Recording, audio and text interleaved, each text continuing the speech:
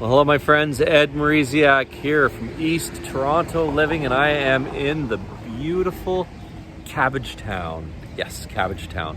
That is an actual name for an area right here in East Toronto. We're only about six blocks east of Yonge Street. So we are moving closer and closer to the city center as I shoot more video. But I think this is about as far east as or far west rather, than I go. I'm here in the shade because it's a 29 degrees Celsius. That's about 90 degrees Fahrenheit. Subway, or streetcar rather. As I always say, the streetcar system here is pretty good in the Toronto area. There's always a streetcar almost in all my videos. Yeah, here I am. I'm in the shade. It's hot. It's 29 degrees, in the 90s.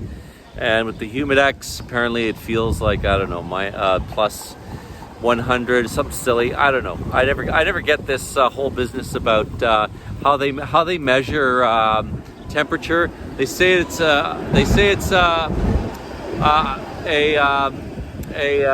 certain temperature, but it feels like something else. Well, how do you know it feels like something else if it always feels like something else? Anyway, a little pet peeve of mine about temperature reporting. Yeah, Cabbage Town, beautiful, isn't it? Okay, this is we're gonna take a stroll this way. Should we go this way? Yeah, let's go this way. We're gonna walk on down to the corner of Parliament and Carlton, and we'll begin our tour from here. But I just want you to have a look-see and just fully appreciate some of the Victorian homes that are in this area. One of the really hot areas to live in is this area, and we'll get into some prices in a moment, but just check them out. They're mostly Victorian properties. A little brief history about Cabbage Town. Right around the 1850s, a big exodus of Irish immigrants settled right here in Cabbage Town. This was a poor area. It was so poor that these people planted cabbage in their front yards. So all the front lawns were growing cabbage just so they can eat, and that's how the name Cabbage Town. Yeah, it's just lovely. Okay, it stopped. We'll leave that in, I think. Yeah, so that's basically how the name Cabbage Town came about. Now it's not so poor anymore. It's actually quite an expensive neighborhood to move. But so I am moving toward Parliament and Carlton. So we'll just briefly talk about some places here. Really, at this corner, there's not a whole heck of a lot. We've got a couple restaurants that I've not been. I think one of these has exchanged hands several times. I've been to the two previous restaurants before, and I haven't been to that one. And this one now, or was it this one? The Thai room. Yeah, you can't go wrong with Thai food. You like Thai food? I like Thai food. But here's another cool place right here, right across the road. That's an actual caterer called Danielle and Danielle. It's Danielle. But you can actually go in there and get some amazing food, and it's very healthy. They got a lot of healthy choices, but a lot of the stuff they have is delicious, absolutely amazing. They go in, it's still fairly reasonable. You go in, there's no place to sit. You just grab and you go. They do a number of they got a lot of vegetarian dishes, vegan, whatever, but really good, really good food. So why don't we take a stroll down? Let's take a stroll down. Whoops! I just picked this over here. Why don't I be a good lad, and I'm gonna pick this up here. So So here's the one, and I guess they made a little bit of art here. Oh, check it out, everyone.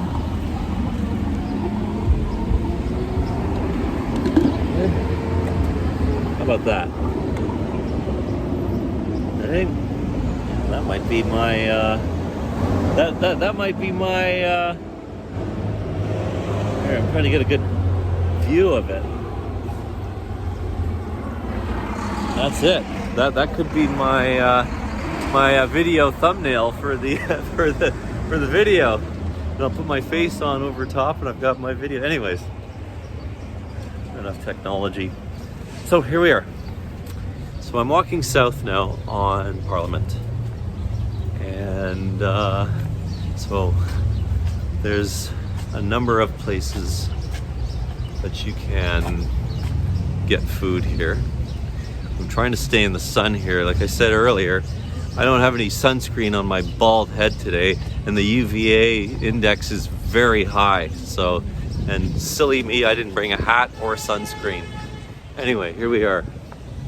So we're coming up to our first restaurant here. Oh, there's shisha. Is that one of those places where you can actually smoke those funny, pipes? They have a little hose and you smoke. Anyway, I don't smoke anymore. I quit smoking 30 years ago. Yeah, I quit 30 years ago. It wasn't impossible. And, as you can see, a number of really gorgeous places to eat along here. Here's a little variety store. This looks interesting.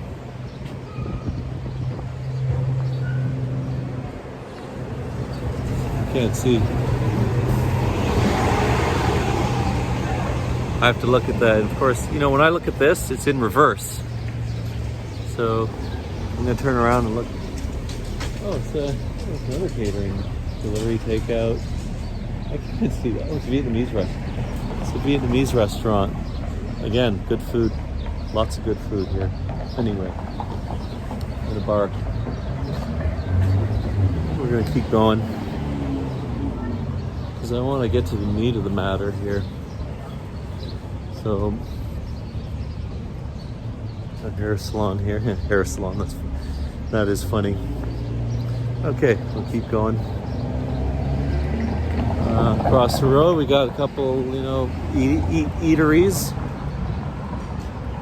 Super bargain cocktail snack bar. We got a wing machine. We got a little, I guess it's some kind of a photo art gallery, all rolled into one.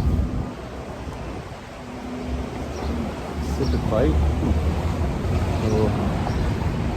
Another eatery. What's this? This looks like the MP is here. Okay, so that's good to know. Okay. And we'll keep going. There we are. Does that mean they serve? It's called pigeon. Does that mean they serve pigeon? That was a delicacy at one time. That's why there's so many pigeons. Are not indigenous to Toronto.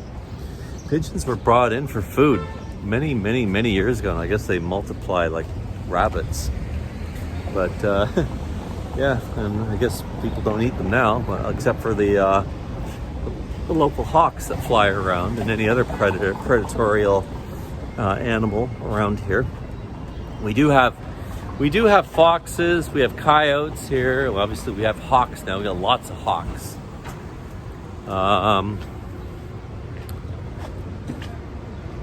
And I think there could be the odd lynx that also wanders through. Not too many of them. I think we got to go a little bit outside of the city. But I have heard there have been lynxes spotted in the city of Toronto. Anyway, here we are. We're now down at Parliament and Gerrard. So now we're getting into the sun again. And so yeah, a lot of construction. So what happened just recently? They had some subsidized government housing and all that. The problem was with all these buildings that they were getting old, they were getting run down. Money was, I guess, they weren't. I'm gonna cross the street here. I guess they weren't keeping them up, but maintaining them as much as they should have. And so what they're doing is they're knocking. Hey, how's it going? How you doing? Somebody's saying, you're famous now. Okay. So what was happening was, you can see here, this was all the you can see they're knocking a building down here. Let's get a closer look. So, dust. So they were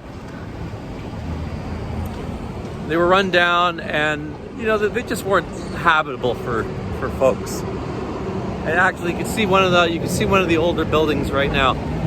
All of this is getting redone, and there's going to be more choice, a lot more. A lot of this will also, there'll be some co-ops, so some affordable housing. There'll be some. Obviously, we've got a lot of high-rise condominiums. Good. High price. Ooh, the sun's hot here. I got to get out of the sun. But you can see what's going on here. So they're knocking all this stuff down, and then they're replacing it with higher buildings, bigger buildings, so we can get more people in the area, which is a good thing. And again, they have to mix it up. At least from my understanding is the zoning has to accommodate affordable housing, co-op, and then you can put all the skyscrapers and stuff as much as you like. So this is all going to be done in about 2-3 years, but it's just 2-3 years too late. There's just we still, the demand is so high right now. But condos are still good value. You could still get into a condominium for around the 500 mark for on low end, which is pretty darn good in downtown Toronto. Some of this art, But again, we're gonna just take a little stroll here. I'm gonna try to get into one of these streets here, because I can show you what I mean about some of the houses that I'm now on the east side of Parliament. And no worries.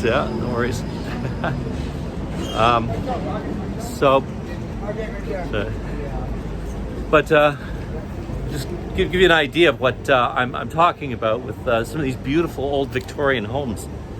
Imagine 200 years ago, almost 200 years ago, this was a poor area. Now this is a very expensive area.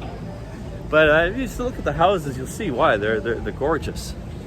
So we're gonna just make our way here as quickly as possible, and we'll just give you an idea.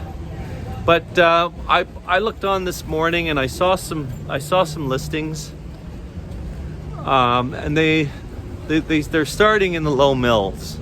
I mean, I did see something listed at $899 or $889, but that's an asking price. You know full well it's gonna go for higher than that. So that's an asking price. What I did see a lot of was there was a lot of 1.6, 1.8, 1.9. I pretty much stopped looking at 2 mil because that's just already right out of the range for a lot of people. So, but it's not uncommon, it's not unusual for houses in this area to sell for way more than 2 mil. But that's pretty nice though. You're looking at a detached, fixed up home.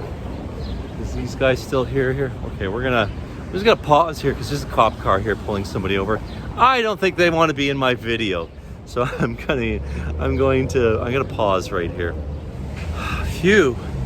Thank heavens I'm in the shade again. Yeah, you could probably see the cop car way behind me there. Like I said, it was a cop car pulled someone over. I'm sure they didn't want to be in my video.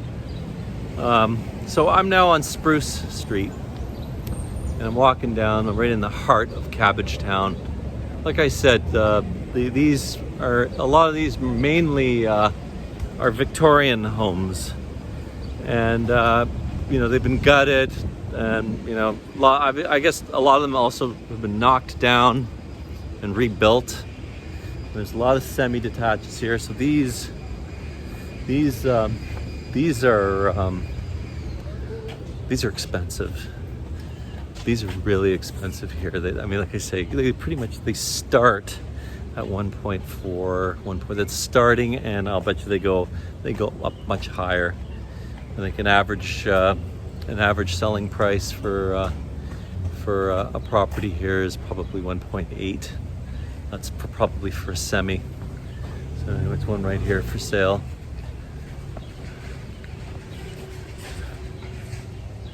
But this is a beautiful area. I mean, we're walking towards the park. Just maybe a couple blocks over here is the Riverdale Farm. We're gonna go to that, and you get a sense of what this area actually offers, because Riverdale Farm is it's a piece of old Toronto history preserved. You really get a good idea, how people actually lived in it, and it's almost as though you're not even in the city of Toronto. It's just such a time capsule of the city. Anyway, but here you are. You can see you see the beautiful homes that are here in this area. Oh, by the way, I almost forgot. If you like this sort of content, if this is helpful, if it's useful, and you want me to shoot more of this, by all means, like, subscribe, leave a comment, and definitely leave a comment, because that helps the algorithm grow the channel, and it gives me the encouragement to shoot more videos like this. And people have been leaving comments, requesting content for me to shoot so I can actually talk about it on my videos, which is awesome. I love that. And if you're thinking about buying or selling or moving into this area or anywhere in the East Toronto area, here's my phone number and email. So by all means, send me a text, send me an email, send me a carrier pigeon, call me, and let's sit down and have a talk, or a coffee. We can meet in person. We can have a Zoom call, and let me get to know you, because I'm sure you're starting to get to know me through my videos. But I want to get to know you, because that will help me help you. So here's my email, here's my phone number. Give me a call, text, email, send me a carrier pigeon, whatever your preferred method of communication is, and I've got your back. So okay, let's get back to the tour here. Oh, I'm in the sun again. So I'm actually heading to that Riverdale Farm, because I think you really got to see this. Okay, so we are now at the entrance of the Riverdale Farm. There's a charming park here. I don't know if you can see. And boy, I tell you, these shade islands are a real godsend. It is really hot, and there was a water fountain back there. So silly me, I haven't been drinking any water today, which on a day like this is not wise. Okay, so the entrance is right over here. We're just gonna go and have a peek real quick, and I could just tell you a little bit about this farm here. I've only been here once before with my family. My son comes here quite a lot with the school. Oh, that shade is really amazing. Don't get me wrong, I like the sun, but too much of it is not a good thing. But okay, so here it is right here. So I could smell the horse manure. It's pretty powerful. On a hot day like this, I'll bet that's why we could smell it. But here, you can check it out here for yourself.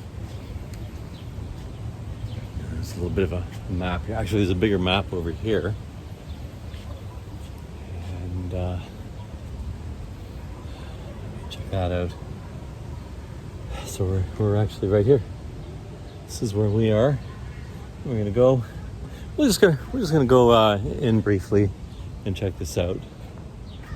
Because, like I said, you know, it's a preserved part of Toronto history, and I mean to just visit this farm is like going back in time.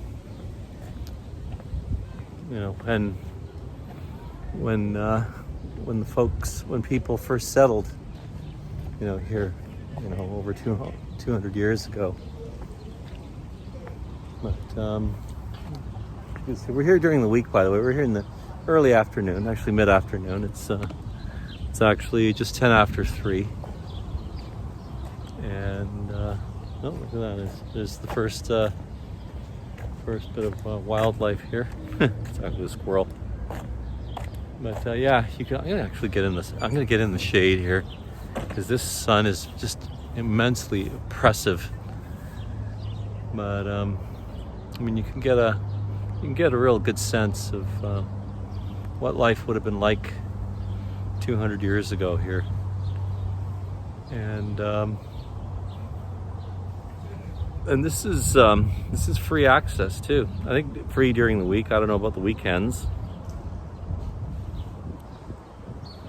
But you can visit this during the week with your family and enjoy it. There's a church over there. I'm not sure if that's part. No, I think that's not part of the farm. I think that's just the local church way up the road there. But yeah, like I was saying, you know, I come here. I come here once with my family, and my son just comes here once or twice a year with the school. But I mean, it's a very cool. I'm not going to go in. There's quite a lot of this trail network, and it connects to other trails. You can actually connect with the trail network in the Don Valley through here, and get some really good hiking in if you want, if that's your thing. I like to walk and hike and stuff. Working. I should be really actually shooting some video on all the trails that I walk through. Actually, that's a good idea. But yeah, there you have it.